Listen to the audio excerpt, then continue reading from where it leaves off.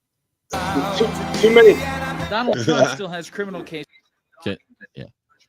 I feel like they've been doing this for a lot longer. Oh, they have, but it's social media has popularized it and made it spike again. Subway surfing, for the uninitiated, involves riding on top of a moving subway car instead of the safer, saner inside option. But unlike my ill-fated handstand, this isn't just about bruised pride. This thrill has led to a literal loss of life. In response, NYPD has launched a safety campaign reminding folks to ride inside and stay alive. Now, I've heard some bad slogans in my day, including my own failed Mike Likes Spikes rollerblade gang. But this one cuts right to the chase. Police have arrested over 180 people trying their hand at subway surfing, which, believe me, sounds as smart as testing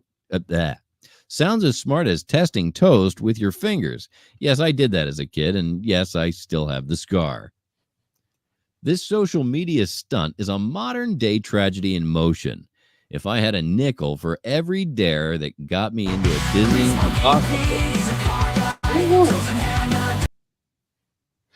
Sorry, I was trying to wake Pete up. I'm watching him doze off. So This social media stunt is a modern-day tragedy in motion. If I had a nickel for every dare that got me into a dizzying debacle, I'd have enough to buy a nice, cushy helmet. I mean, once I tried to impress a crush by skateboarding downhill. Let's just say I left more skin on that pavement than I care to remember. It's all fun and games until someone ends up in a headline, folks. So please, if the subway doors open, let that be an invitation to step inside, not a suggestion to scale to the roof. I guess. Oh, sorry. I thought I didn't know you were. If not for your own sake, then do it for us broadcasters. I'd prefer to report on Subway serving sandwiches over Subway surfing scandals any day.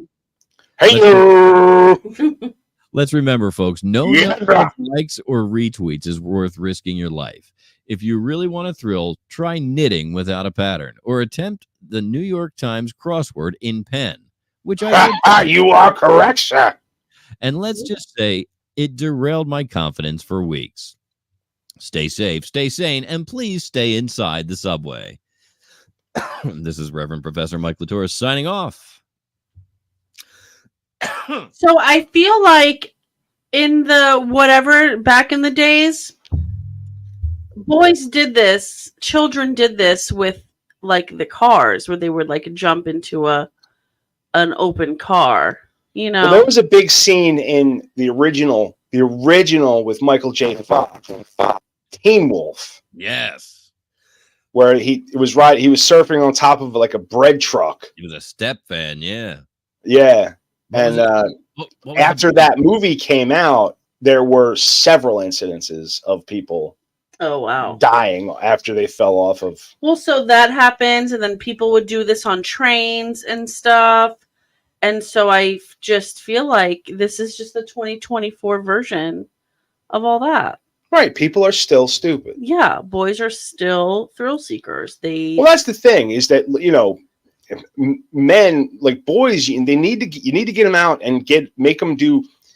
Here's the thing. You get your boys, young boys, you want them to do dangerous things safely. Yes. Okay. And get them used to risk reward behavior. Because otherwise, if they don't understand risk reward behavior, they go surfing trains looking for a high and then go splattered against the fucking Buick. Well, you also have, one of the first things you have to learn is it's not just a reward that you're alive after you take your risk. It is the greatest reward that you're alive after you take your risk. Right. So what else is happening? let's not do that. No mo. Oh, who this man? Quincy Jones. Yeah. You don't know Quincy Jones? No, but this Rashida. Yeah, that's Rashida. It's his daughter. And Khadija. Really? Yeah, dude. She's a nepo. He made Michael Jackson. I mean, I know who Quincy Jones is. I just didn't know what he looks like, but I didn't know that Rashida was a nepo baby. Oh no, she's actually made it on her own. Hmm. Mm-hmm. She's very Mm-hmm. she's very talented. She came up through improv stuff, and I got this job without blowing nobody. Mm-hmm. Ew, that's not what Nepo babies do. What? I thought No, we I'm weren't going to talk about that. The deal was we never speak of that again, and we do a podcast. Oh, goodness. Not a debt. But yeah, we lost Q. Good evening, music lovers and thrill seekers alike. This is the Reverend Professor Mike Litoris with TMVP. Tunes, miracles, and very personal stories. Tonight, we are trumpeting a tale of tenacity as we dive into the legendary life of Quincy Jones, the man who danced with death and practically threw himself a going-away gala, only to live to tell the tale. This guy didn't just beat it, he outperformed his own prognosis. Flashback to 1974, Quincy Jones, jazz maestro and music producer to the stars, suffered a brain aneurysm that left him with a 1% chance of survival. I tell you, folks, if I had a nickel for every time I beat the odds, let's just say the closest I've come is dodging a parking ticket. But unlike me, Quincy. No, hang on a second. I want that to really sink in to everybody at least in the room. Before. Also me. Well, no, the room. Oh. Okay. Before any of us were born. Yeah. Even Pete. That old guy. What? You guys say my name? Before any of us were born, this man had a brain aneurysm that almost took him out. He had a 1% chance of living. That's like no chance. Yeah. You know what I mean? But they were being that's a rookie number. You got to pump that up. You know, that is no chance. Quincy. And now, you know what? 74, 72. Let's do the math real quick. 50 years later, the man dies at 91 of natural causes. Just like, all right, see you guys. Maybe the science wasn't there. The aneurysm. Well, you know what I mean? No, but let's get deeper into the story. Yeah. It's actually pretty entertaining. Oh, okay. Quincy had 2 aneurysms and still attended his own memorial concert. Yes, his friends and family decided, why wait? Let's celebrate Quincy while he's here. Now, that's what I call a funky farewell. I tried to pull something similar once when I had a minor, embarrassing foot injury at a roller disco in 78. Thought I'd organize a get well groove for myself, but it turns out no one wants to boogie in a boot. All right. Despite being under doctor's orders not to get too excited, Quincy couldn't resist a little shimmy as Ray Charles, Marvin Gaye, and other icons serenaded him. And talk about a class act. He spent the evening under close medical supervision so he could keep it cool with his soulmates without, flatlining. I'd say it was a heart-stopping show, but we're trying to avoid puns like that here. No, we're not. Also, do you know Not a heart-stopping show. Do you want to do you know what Marvin Gaye's last words were? No. What's going on? Oh my god. Because his dad shot him. Like, it's confusing. Yeah. Okay. He also had a song. Yeah, I thought this story was going to be interesting. No, we had a song called "What's Going On." He did. Right. Yeah, that's the show. All right. Okay. As for me, I've had my own near-death moments, usually involving public speaking and questionable wardrobe choices. I once delivered a eulogy in a rented tux, 3 sizes too small. Let's just say that tux ended up resting in pieces. After surgery, Quincy had to give up the trumpet due to a surgically implanted clip in his brain. But he turned that loss into legendary soundscapes, producing masterpieces like Off the Wall, Thriller, and We Are the World. When the doc told him he couldn't play the trumpet anymore, Quincy had to let it go, just as I had to let go of my dream of becoming a professional harmonica player. Turns out nobody wanted to hear me wail on the harmonica at family gatherings. Hmm. Quincy's remarkable recovery let him redefine his life's rhythm, proving that sometimes the music of life plays even better when we let go of certain notes. And like Quincy, I've found that some of life's biggest beats come after our scariest skips. Quincy That's went on inspirational, though, man. He fucking, he was a trumpet player. And then he couldn't play the trumpet no more. And he was like, all right, I'll do something else. Yeah. He produced Michael Jackson's 3 breakout albums. Yeah. Like in the late 70s, early 80s, Michael was trying to break away from the family, and he released Off the Wall, Thriller, and Bad. And Q produced all of those. And because I'm bad. I've always said if Michael had stayed with Quincy as a producer, he'd be alive today. I think Quincy Jones was probably the only person that could stand in front of Michael Jackson and say, knock that shit off and let's make some music. Make some music, Michael. Come on. And it actually did. Quit diddling them kids. Let's go in the studio. I mean, but honestly, he was with Quincy for those 3 albums, and he didn't get weird until after Bad. I'm just saying. Anyway, Quincy went on to live another half century, leaving us only last week at the age of 91. So here's to Quincy Jones, the man who practically booed himself off stage at his own memorial, but then brought the encore of a lifetime. May his music and his memory keep thrilling us forever. This is Reverend Professor Mike Litoris reminding you all to celebrate a life a little bit louder, maybe even throw yourself a concert. And if you're like me, maybe avoid roller discos.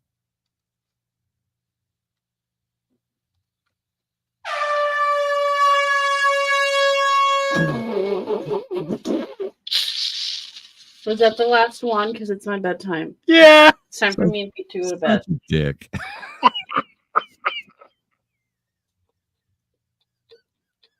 Pete was just...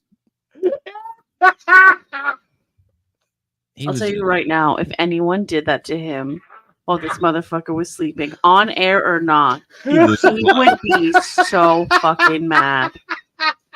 He'd lose his mind. He would be like, I had a fucking day, what the fuck? Blah, blah, blah. He would be on one. But here we are. This wheeze is giving Zach Galifianakis. All right, Mike. Let's bring this segment to an end, man. How many friends are you going to drive away this week? He said all or nothing. Ladies and gentlemen, this has been the A Block on episode 209 of the Media Virus Podcast. And as always, it's brought to you by 302-46-VOICE. If you want my voice on your project, give me a call at 302-46-VOICE. You can check out our friends over at redbubble.com. They're the My Sports Art Shop. And you can also find them at mysportsreports.com for sports reports here in the Delaware area. And our favorite sister podcast. You still there, Ricky? Stepmoms Without Children. Yes, I was getting accosted. Sorry. Trying to sneak away. I know. I was kissing your hand. Accosted, kissing your hand, same thing. It was giving Gomez. Stepmoms Without Children. So, funny thing about stepmoms. I have not looked forward to recording an episode of Stepmoms, but in my inbox are 2 lovely ladies who would like to be on the show. Oh, okay. Well, let's get them on the books. Yeah, one has a skincare line, and the other photo organizing. Apparently, that's a profession that you can be certified in. But like computer photo organizing. Because I'm gonna get her in here. I need. Yeah, I don't know. She has a website, or her and her business partner have a website. I'm getting like these like PR people that are reaching out to me. Sure. Sounds cute. Skincare line seems to be like right up your alley too. Yeah, skincare for tweens. Okay. So that's like a fun. Yeah. So much Yeah. fun. So yeah, I need to get. It's just scheduling is getting more difficult. This is not podcast talk, but here I am. We have a lot of events coming up in the coming weeks. Sure. And so it's just a little difficult to make time right now. With Becky and Thanksgiving and actual Thanksgiving, like there's just a lot happening on the days that I prefer to record. Right. I want to get some kind of like acknowledgement for how quickly I had to set that air horn up That was good, quick work. and then hit it and then get back to see my handiwork. Right. And then also wait for him to be falling asleep to hit it. Well, Because you found it a while ago. I did find it a while ago. I had to wait till he was really dozing off. I've had it loaded for like 20 minutes. Well, He was logging out the show. He was, Oh, I'm sorry. Yeah, bye. Bye. See you on B Block. what? As long as we're giving credit where credit's due, I'd just like to mention that Peggy Lipton and Quincy Jones made beautiful, beautiful daughters. Oh, 100%. And on that note, we'll be back with the B Block right after this.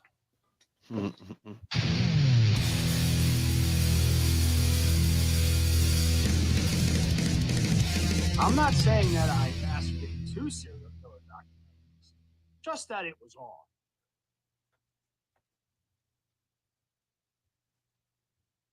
That was less of a coincidence than you might think. So much porners. You missed her going after she heard. Oh shit, we're still. Hang on. All right, now we're done.